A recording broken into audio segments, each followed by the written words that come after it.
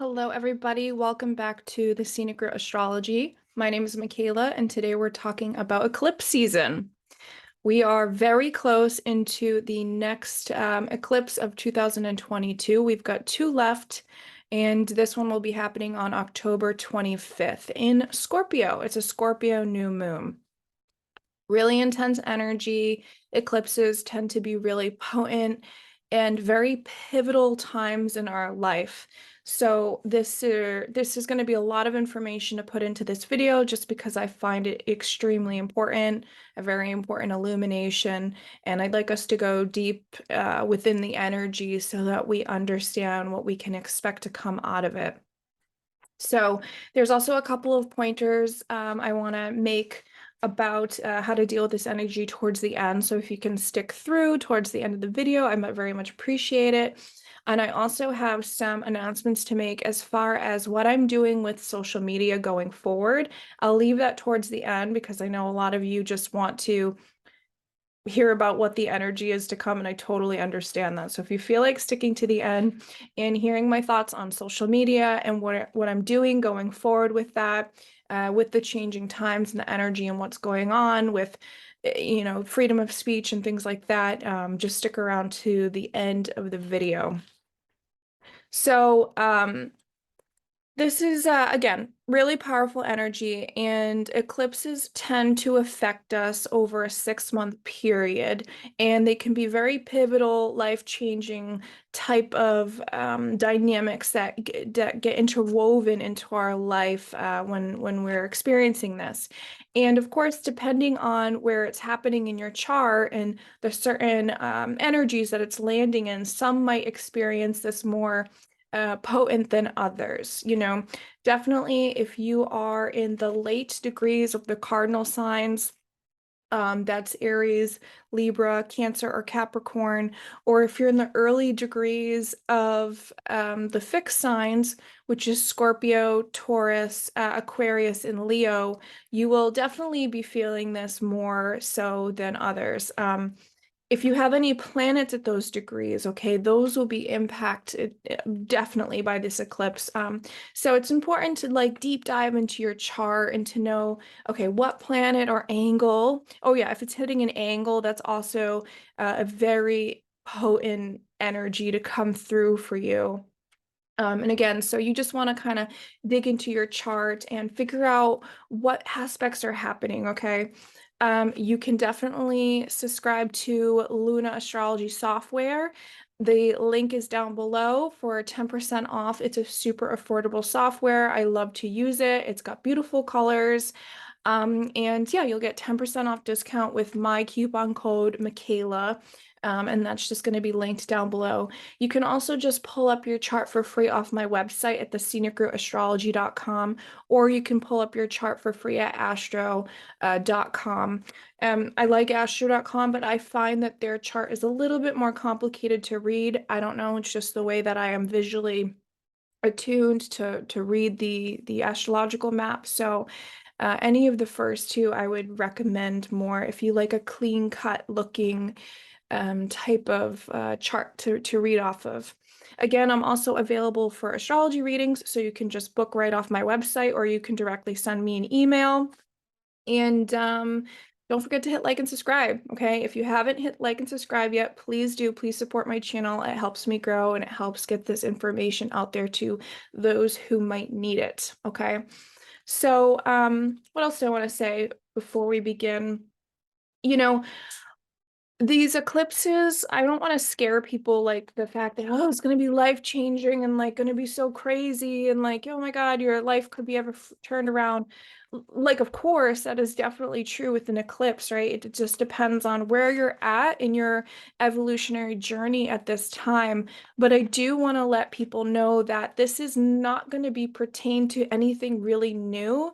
It's going to pertain to something that's already going on in your life, whether there's a significant event or a person or a situation that you really need to focus in on and deal with.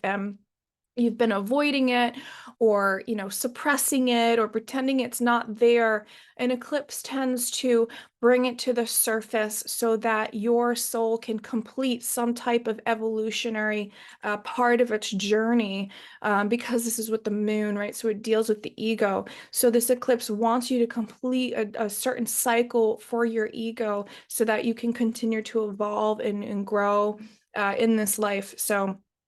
And we'll also see this happen in, the bigger scale and the macrocosm level and in bigger events in our politics and our food and resource crisis right now and our oil crisis. We'll definitely, I think, see this play out over the next 6 months as well, where, situations might get worse in one area in certain parts of the world, but they'll also get better, especially when we tune into the solar eclipse that is a couple of weeks after this one, okay?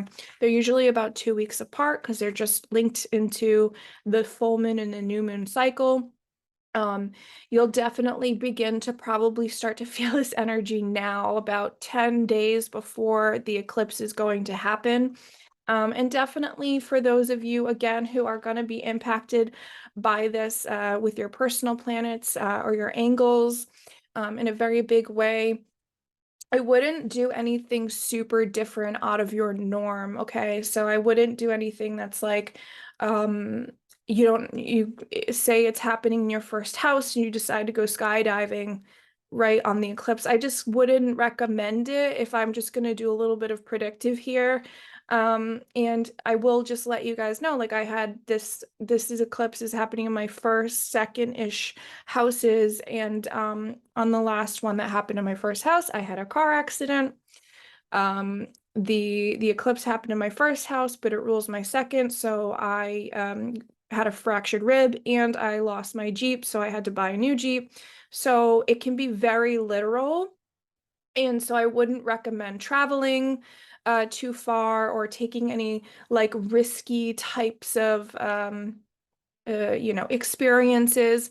You can just wait, right? Unless it's your normal, unless it's normal for you, unless you're, a professional skydiver and you do this all the time, right? Because there's probably going to be something else going on in your life that you need to look at. Okay, so because it's in Scorpio, it's going to be intense and really deep. And if you're feeling the emotional energy coming through you, or you're seeing it come through others around you, it's really normal, because Scorpio is an intense energy. It's all about attachment. It's about connection. It's about our deep psychological process. And it's about alchemical change within us, okay? When we go through some type of Scorpio energy or transit, we're not the same after that. It's just an invitation that you now get to evolve a little deeper into yourself on a very soul level, okay? And releasing is a part of this energy too, okay? Letting go of something, because there is the South Node in conjunction with this. But there's also Venus, okay? So there's also a blessing within whatever, chaotic, pivotal type of deep impact that can happen under this energy and under this transit, okay? So there's also like a gift I'm seeing unfold. And this is about your own personal self-empowerment as well. So if you can just sit into this and just reflect a little bit and take a moment, pause the video for a moment, and kind of maybe think of like 2 or 3 things that are going on in your life this year that have been, very deep and difficult to process and hard to let go of, or really intense, right? Really emotional or psychological, or has needed further investigation, right? If you can take a few moments to just sit and reflect before you watch the rest of the video and dive into the transits, I think you could use this energy coming up in a more powerful way, that it won't take you by surprise, but rather when the energy does present itself, you'll know better how to make choices and how to deal with it, right? Because that's why we use astrology. So we're not blind to our soul anymore, so that we have a tool that can help navigate the direction and the way that we want our life to go, or the healing that we want to take control of over our life, right? So that we can have a deeper knowledge into ourself and our personal journey here, instead of just kind of like aimlessly, floating around, which is fine too for some people, right? But those of us who find astrology, I find that we're seeking a deeper meaning into our purpose, or why we're here, or what we want to do with ourselves and our life or our relationships, right? So, okay. Accidentally hit stop recording. So anyway, I'm going to share the screen like always. And I've got the chart up. So here we go. Okay. So again, I have the chart pulled for Providence because that's where I'm located at 6:49 a.m. On your astrology software, you can pull this up for your time zone, or just do the math for your time zone where you're located. We do have a Libra rising for this eclipse over here in Providence. Again, it might be different for where you're located for those of us on East Coast time. I imagine that more of us will be impacted by our relationships coming and going in our life. But again, you just want to adjust for your time zone.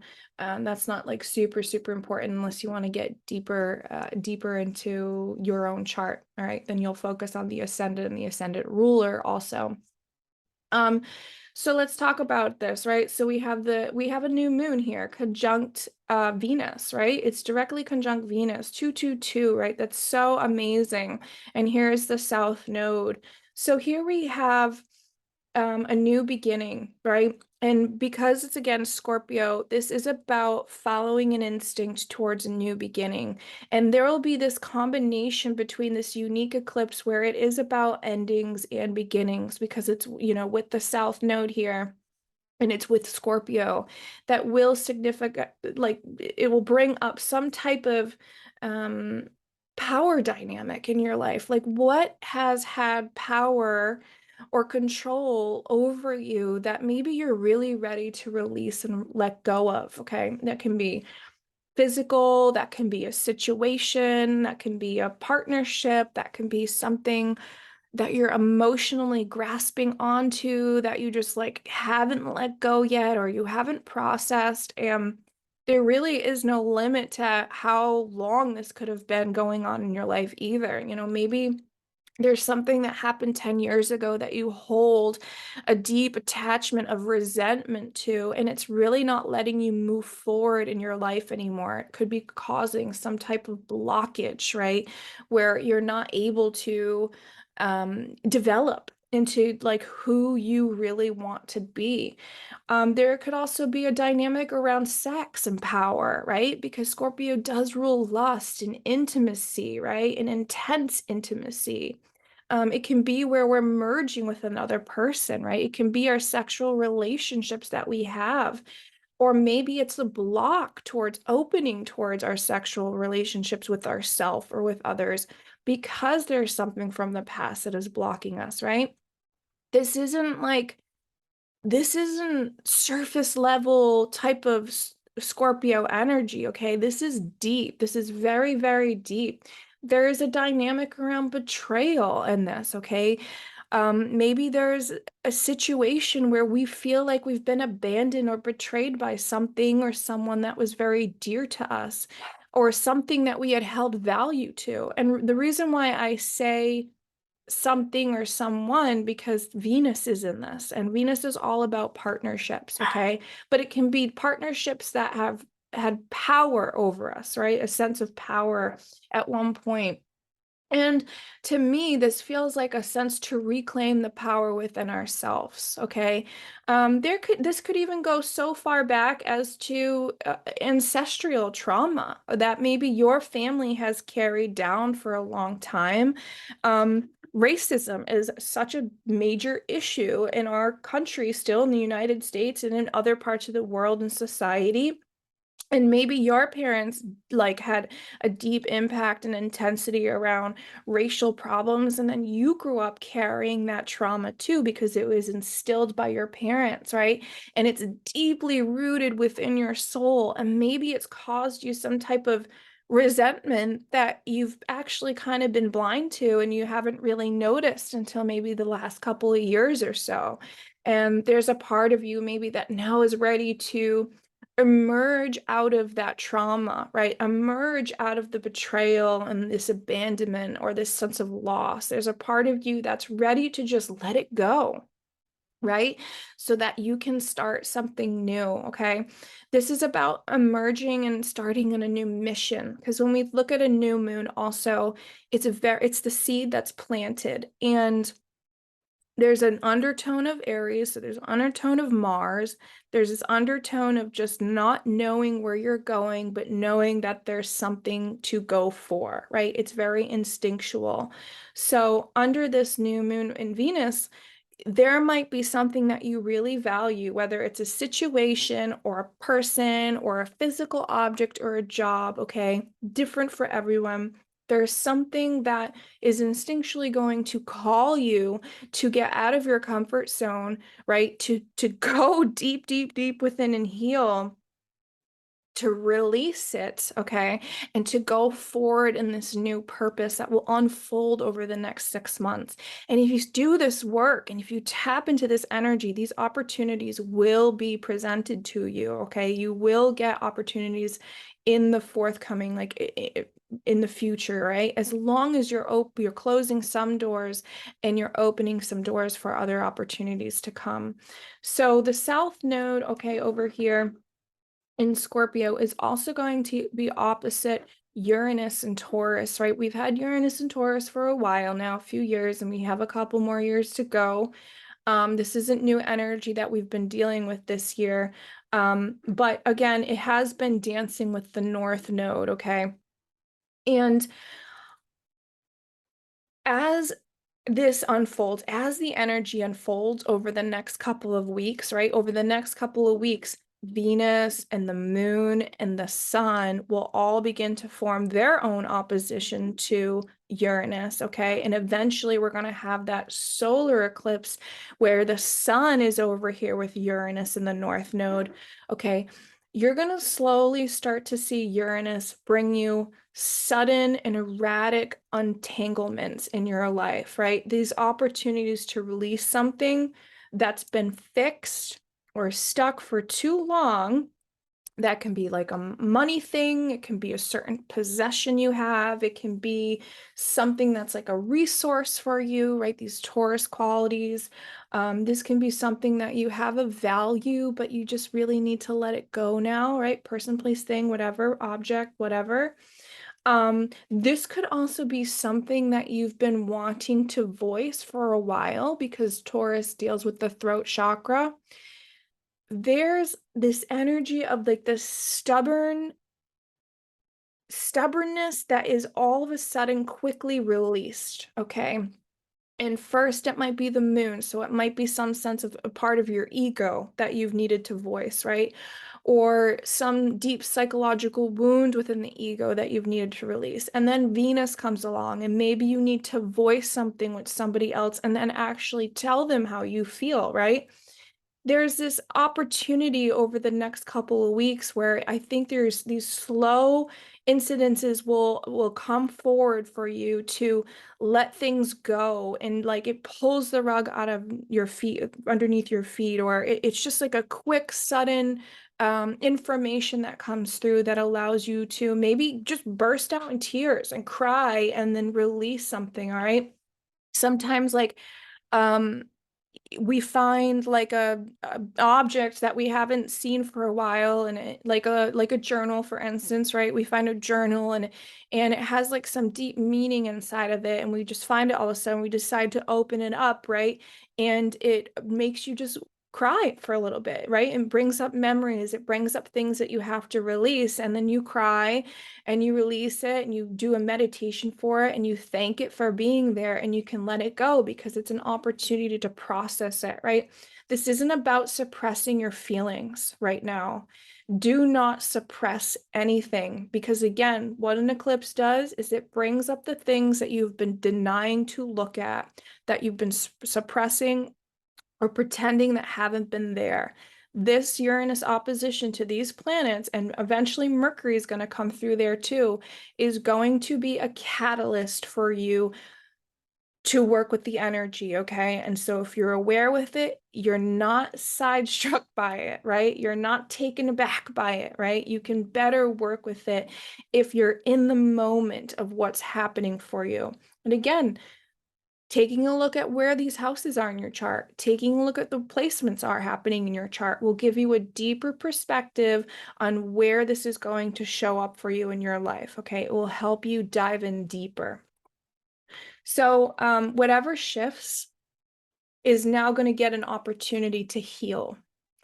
And it might not feel like that at the moment. It might feel really painful and really hard to deal with because Scorpio and Taurus is not easy energy, okay? It's our deep emotions. It's what we're attached to. It's what we're fixed on.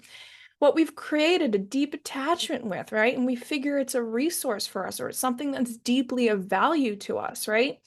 But just know that whatever shifts does allow for healing because this south node is also going to make an inconjunct to Chiron over here, okay? We see 13 degrees of Scorpio making that inconjunction. You follow that red line to Chiron at 13 degrees Aries, okay? So whatever hurts can be formed into a lesson, and that is the backdrop behind Chiron's story, okay? So he gets rejected by his mother, right? And he was born half horse, half man, and his mother just thought he was hideous and she rejects him. And, you know, he grows up without his parents, but he ends up getting taught by Apollo all the gifts, right, of mathematics and philosophy and astronomy and astrology and music and writing and poetry, right? Chiron becomes the wounded healer, and that's why it's such a potent placement in our chart and also wherever it's transiting, right? So there's these opportunities now where Chiron is asking you to make that sacrifice when it comes up, right? And it might feel like a sacrifice. It might feel really hard to let go of something and release something that we thought we were going to be attached to for a long time. That's Scorpio, right? We thought we weren't going to lose it. But there is this necessary death process happening for all of us in a specific point in our chart, right? And by releasing that, you get to actually deepen your knowledge around the reason why that process had to happen. And then you get to transform that into your own personal healing gift, which then you get to share with others, okay? And, uh, you know, we don't always see the lesson right away when we go through a difficult time or a difficult transit. It's usually not until hindsight, which is why these eclipses do take time to unfold over 6 months. Like you'll notice like something might come up and happen, but then it takes like that time to process. And then you have the hindsight, and then you're able to provide the gift to other people. Okay. Um, so it helps to question yourself during this time. Okay, like what is it, right, that's bothering me or feels like that sacrifice? Why is it happening, right? And can I do better going forward to heal it? What adjustments do I need to make? Because this is an inconjunct of a crisis aspect, right? It's actually the Virgo inconjunction, right? So you have to make an adjustment to heal yourself, to integrate the process that you've just been through or the incident that you've just been through, to understand deeper into yourself where there needs to be some self-improvement and self-love, okay? Really important that we're actually diving into our own independence during this time as well, which I'll get further into as we talk about this eclipse. I also want to point out that Jupiter is retrograde, also making an in conjunction to this eclipse, okay? Jupiter in Aries retrograde, making that in conjunction to this eclipse. So when a planet is retrograde, it means a few things depending on by transit or personal natal chart. But there is a factor of it's going to take a little bit longer, and there might be a little bit of a delay into the unfolding of the truth and the lessons, right, of what's going on for you during this eclipse. So, it needs to be expansive. Like what's going to happen it's going to be amplified. Because it's Jupiter, it's going to take you to have some sort of bravery and courage to stand up for your own healing journey and to make decisions and think on your own because it's in the Aries energy, okay, which is a very independent sign. And Jupiter here is asking you to stand in your truth, to think on your own, to form your own ideologies, your own beliefs. And honestly, nobody can do that for you when you're in a healing journey or when you're dealing with processing Scorpio energy or Scorpio transits or a dynamic or an eighth house transit, okay? It really needs to be on your own, and your own inner being will find the truth necessary. And a big thing for me is a really good spiritual coach or counselor or healer or anybody who is giving you advice is going to allow you to figure things out on your own. They're not going to tell you what you should think or how you should be or what direction you should take. They're actually just going to be a reflection for you and a guide, okay, to help you deepen into yourself and sit into your own decision making, okay? And Jupiter at 0 degrees, which is actually a world point, 0 degrees of Aries. This is a big, big expansive energy.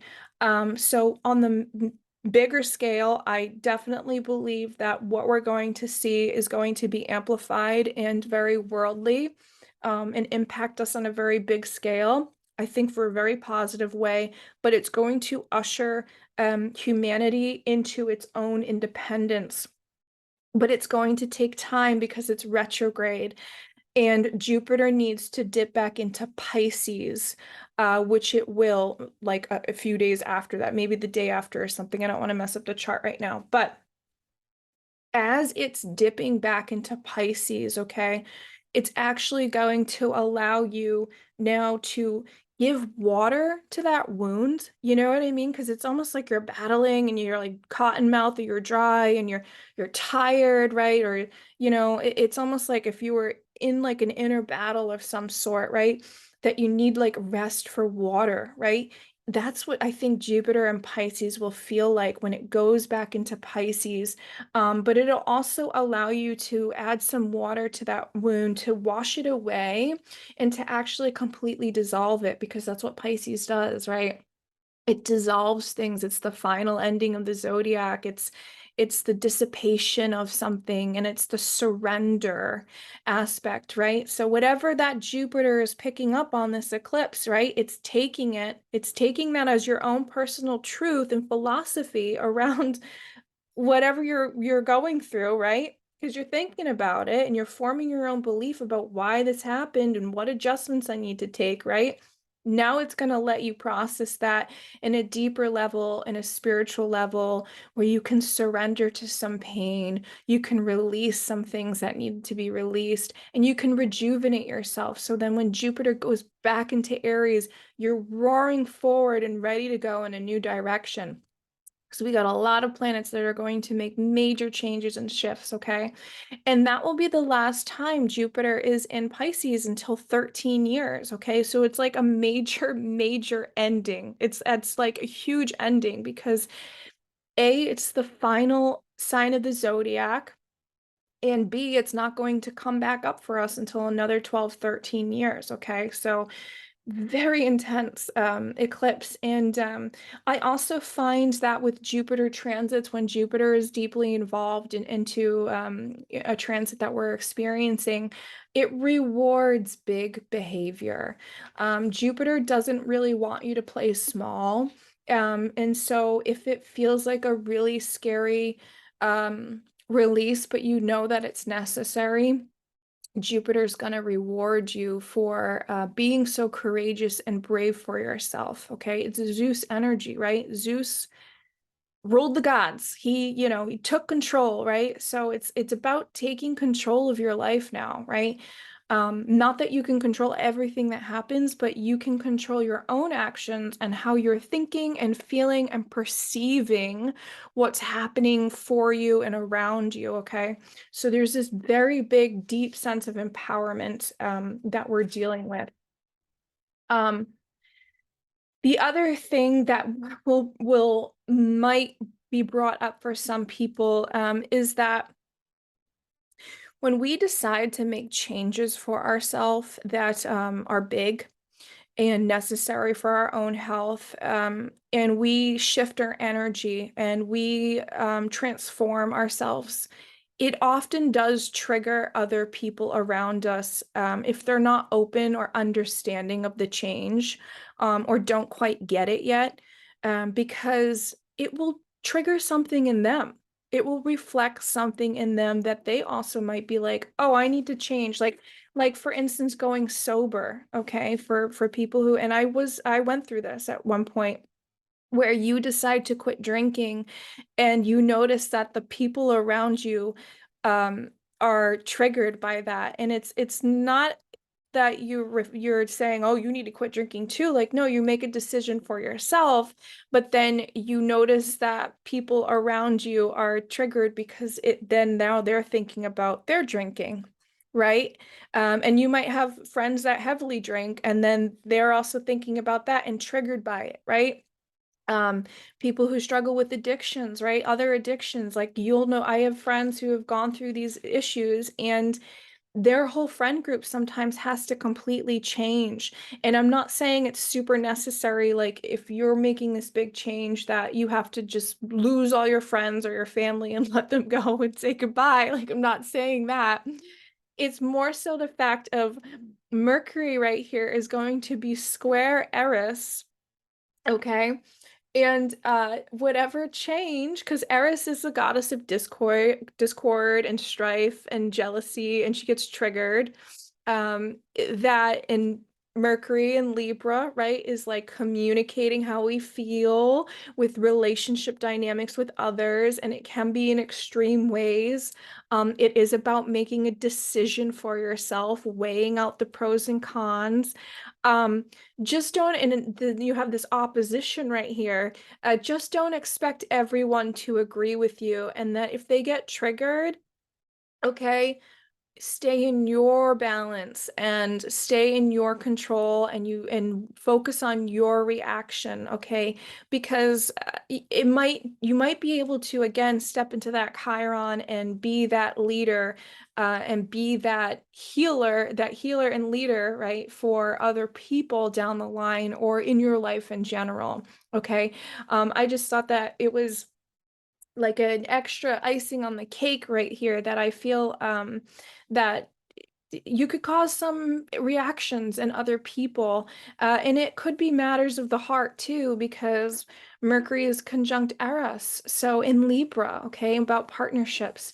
So, you could pull on some heartstrings, in some sense, if you're pulling away from a certain group or a family member, for instance, because you just decide that this trauma is just too much for you to deal with, right? Or this relationship is just too traumatic for you anymore. You might cause that tension, okay? But this really is about making the best decisions for yourself. and not people pleasing all the time. Okay, you have to take care of you first, in order to do that. And so this is also backed up to me by making your own decisions by this grand fire trine that's happening between Sappho's up here. This is the asteroid Sappho's, the asteroid Persephone. Then we have at 29 and 21 degrees of Leo. And then we have Lucifer at 27 Sagittarius, and we have Eris at 24 degrees Aries. And so this is actually making a big fire trine in this chart, which encapsulates the energy, okay? It kind of goes back and forth, but to me, it's like this very powerful backdrop that will offer inspiration and an ability to sustain that inspiration to whatever mission that you're going to embark on now, whatever healing journey, releasing and all that sort, okay, or whatever alchemical transformation that's what's happening within you, because this is such a deep healing journey that I feel a lot of people will be ushered into. Fire has an element of purifying, right? Because it gets so hot, it purifies something for us, it burns it away. But also fire provides courage, okay? And it provides inspiration of some sort too, okay? And it also is the the energy of the sun, right? So it allows you to keep burning through on your journey. And to me, it's this backdrop of energy that's not going to have you bow down to other people now, okay? Because Lucifer and Sagittarius, it's about breaking away from things that aren't of integrity to you anymore. Okay, Lucifer decided that he didn't want to bow down to God, because if he was supposed to be equal to God, why would he bow down to it? Okay. And, mythology, whatever his story can be one thing, but when we look at him in the astrology chart, it really is about shining a light on your own truth, being in Sag, and retaining your own integrity, and not succumbing to things anymore that you feel aren't equal for you, right? Aren't your own truth or are good for you, okay? Um, and this is also about developing your own integrity and your own ego purpose, because it's going to trigger other people. Eris and Aries, standing up for yourself, being your own boss in your life, being your independent self, standing in your truth, okay, is not gonna please everybody. And you have to be okay with just speaking the truth, because Aries is very direct, it's very bold, it doesn't bullshit, right? Eris doesn't bullshit. She was like, "Oh yeah, okay, you're gonna seclude me," and I'm not saying ask and act nasty. We don't throw the apple into into the goddesses like her mythology story does, but we don't mind telling our own truth and speaking our own honest truth, okay? With integrity, okay? And also there's this healing part of the ego too with Persephone and Sappho's here, where Persephone was abducted right from her mother, and she was taken to be the queen of hell and marry Hades.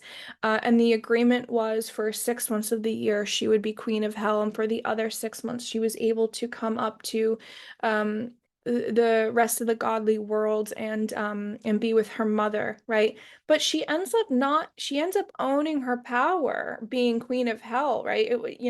She didn't have it too bad, because she was actually made queen of the underworld, and she ends up actually enjoying her half and half situation. And to me here also conjunct Sappho's, where we incorporate the arts. Sappho's has to do with an artistic ability or creative abilities. Right here in this fire grand trine, I really feel like here has the inner burning flame for us to incorporate all of those dynamics and really step in our power, and form some type of beauty and inspiration from this that can keep the fire burning for a very long time. There's also a grand air trine in this chart too, with Mars over here at 25 Gemini. And then with 22-degree Mercury, and then Saturn direct now, and Vesta at 24 degrees Aquarius, okay? And here is a grand trine that's asking you also during this eclipse to look at things like in an objective way, right? You don't have to get too deep into the emotions. This air quality also allows you to have this backdrop. Fire and air, very, very inspirational. It'll bring you out of the body and the emotion. It'll pull you up, right? Where you can think and communicate and objectify what's going on and what situations are coming up for you, okay? And you will have choices, because Mars in Gemini is going to make you have choices that you'll be looking over the next few months until March, when Mars finally leaves its retrograde period in Gemini and moves into Cancer. You'll also be thinking about the community and the partnerships that you're involved in now. Where are they leading you? How are they helping you? Okay. Partnerships is communicating your partnerships with Mercury and Libra. And the community dynamic, it has to do with the Saturn and the Vesta. Okay. And Saturn and Vesta, honestly, is a very important piece to this, because Saturn is the structures that we've been working on for the last 1.5 years. It's going to be almost 2 years, right? What structures have you been working on that have been too rigorous in your life, or too fixed in some sense, and have needed to have a breakdown or some new innovative way of thinking or doing it, right? Wherever Saturn is transiting in your chart. But now also with Vesta there, now it's time to think about, what are you devoted to? And I do want you to reflect on where Vesta is placed personally in your natal chart, because that will tell you an area of your life that actually does require you to have a deep devotion, that takes a long time, that takes a lot of energy, that takes commitment, okay, over the course of your soul's journey. But also where the transiting Vesta is going, it helps you add a layer into the personal Vesta placement of your chart. So what is Vesta saying in Aquarius? Well, it's asking you to think about your vision of the future.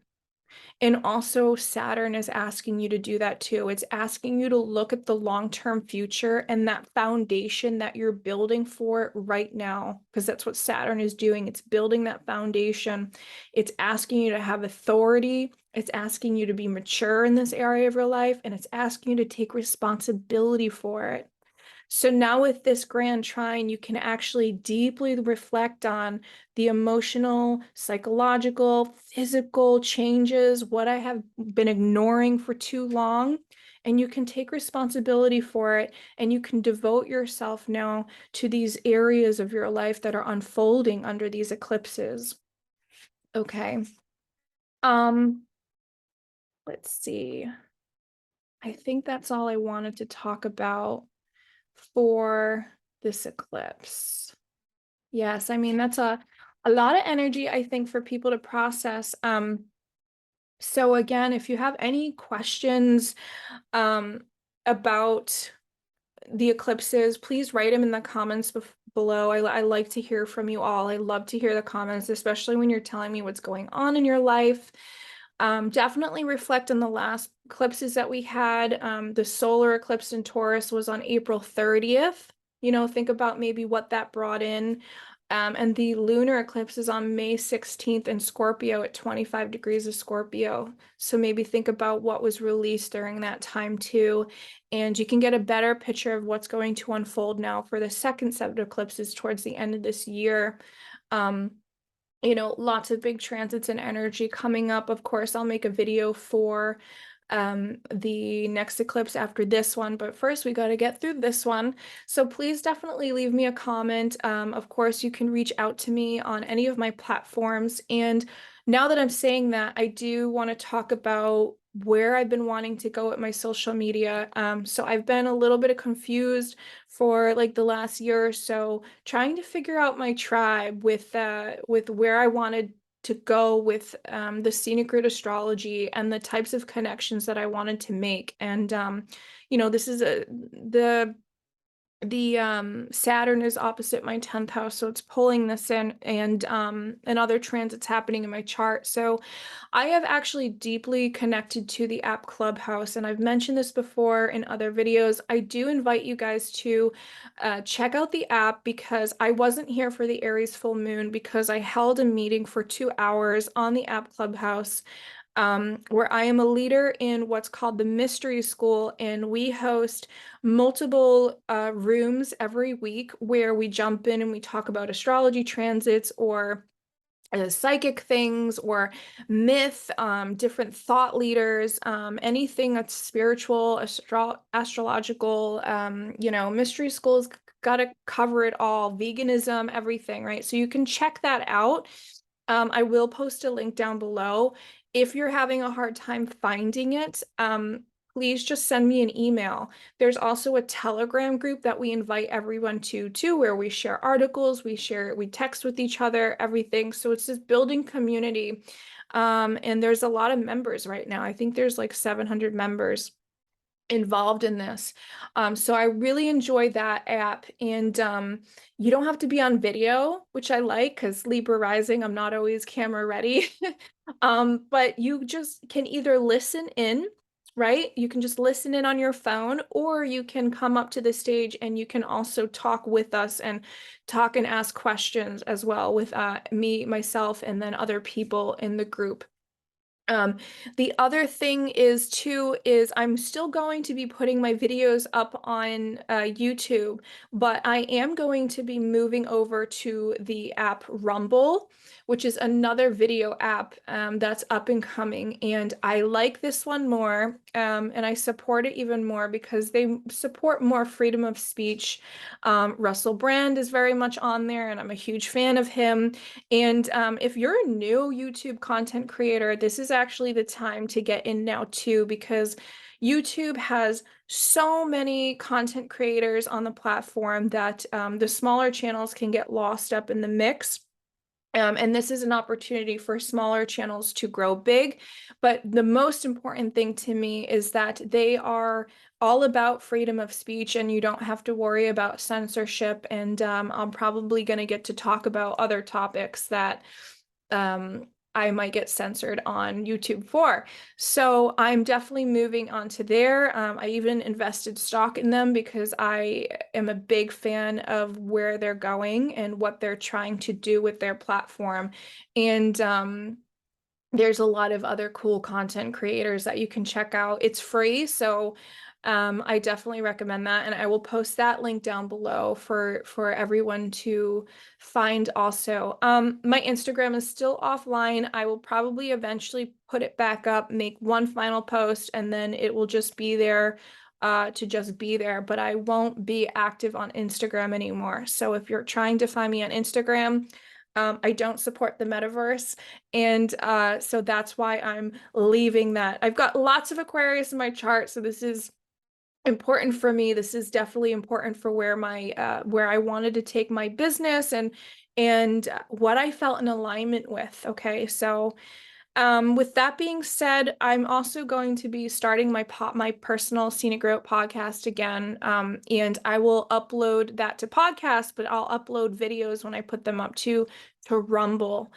So that's just like an update. If you like to stay subscribed to my content, and you want to connect with me on any of those platforms, Clubhouse to me is the #1 way. I'm mostly active on that, almost daily, active on Clubhouse. So it's really my favorite. And we all have our favorites, right? So no judgment if you don't, and you just stick with YouTube. Again, please like and subscribe, and please share this video with others who might resonate, or share it on YouTube. And I will be back again soon, everybody. You got this. And I'm excited for this eclipse coming up. I think it's really beautiful. All right. Thanks so much, and take care.